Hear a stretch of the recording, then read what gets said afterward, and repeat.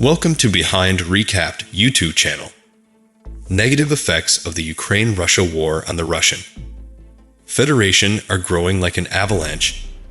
The Kremlin government continues to face dire scenarios such as economic difficulties, Western sanctioned citizens, revolts, mobilization and ammunition, problems, rebellions in the army, and the presence of hundreds of thousands of soldiers fleeing military service here. The most pressing factors for the Kremlin are the major failures at the front and the escape of Russian candidates and soldiers, the tensions between the Russian army and the Kremlin government, which had not been able to show great success against the Ukrainian army for a long time, increased. There are great difficulties for the tens of thousands of Russian troops in eastern Ukraine, especially in and around Bakhmut. The course of the war between Ukraine and Russia changed significantly with the counterattacks of the Ukrainian troops in the Kharkiv region. Having liberated the Kharkiv region from Russian forces, the Ukrainian army led the Kremlin government to make hasty and difficult decisions and make mistakes. Before the start of counterattacks by Ukrainian forces in the Kharkiv direction, Russia was preparing to illegally and fraudulently annex Ukraine's regions as it did in Crimea in 2014, while Russia was making the necessary preparations for this move.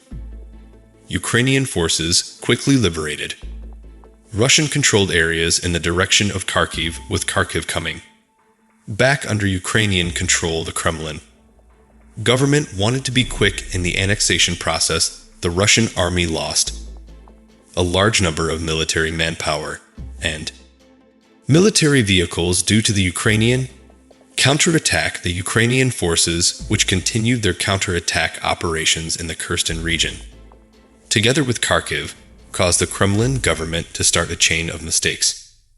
Knowing that the Kremlin government did not have enough military manpower, it started the referendum process after Russia announced that it had annexed 4 Ukrainian territories. Ukrainian forces stepped up their counterattack operations about a month after the illegal and fraudulent annexations. The Kremlin government decided to increase its military manpower to hold the annexed areas. In line with this decision, Russian President Vladimir Putin added a new mistake to his mistakes and started to recruit Russian men under the name of partial mobilization.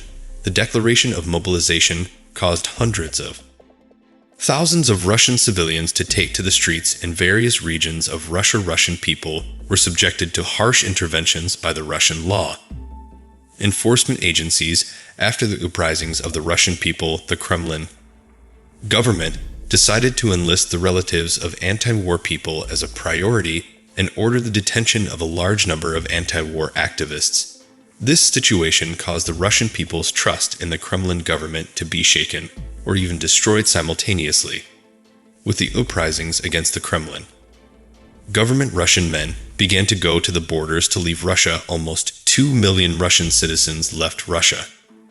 Immediately after the declaration of mobilization, about 500,000 of the Russians fleeing Russia were Russian men of military age. In other words, after this mass migration that took place between the 15th and 30th of September, the Russian army lost 500,000 candidate soldiers and was in great shock as approximately 500,000 Russian men refused war and military service and fled from Russia, in addition to approximately 500,000 candidate soldiers fleeing from Russia. 70% of the 320,000 Russian soldiers mobilized, that is more than 200,000, refused to fight and started to try every way to avoid going to war. In total, 700,000 Russian men opposed the Ukrainian war policies of the Russian army and government and flee from the army. By the way, in the surveys conducted with the Russian people, these numbers are probably much higher, but the presence of around 700,000 is recorded as the number that can be analyzed with a mobilization decision. And the recruitment offices established in various regions of Russia recruited almost all the remaining Russian men by force, by law, or by financial and voluntary incentives. During Vladimir Putin's mobilization Decision 2 criteria stood out. The first was the enlistment of healthy people who had previously served in the military, and the second was that the conscripts would serve in the back service in Ukraine. After a 1.5-month training period, however, both the recruitment offices of the Kremlin government ignored these 2 criteria when the recruiting offices could not find the designated names. They sent indiscriminately all men of military age, suitable or unfit for military service.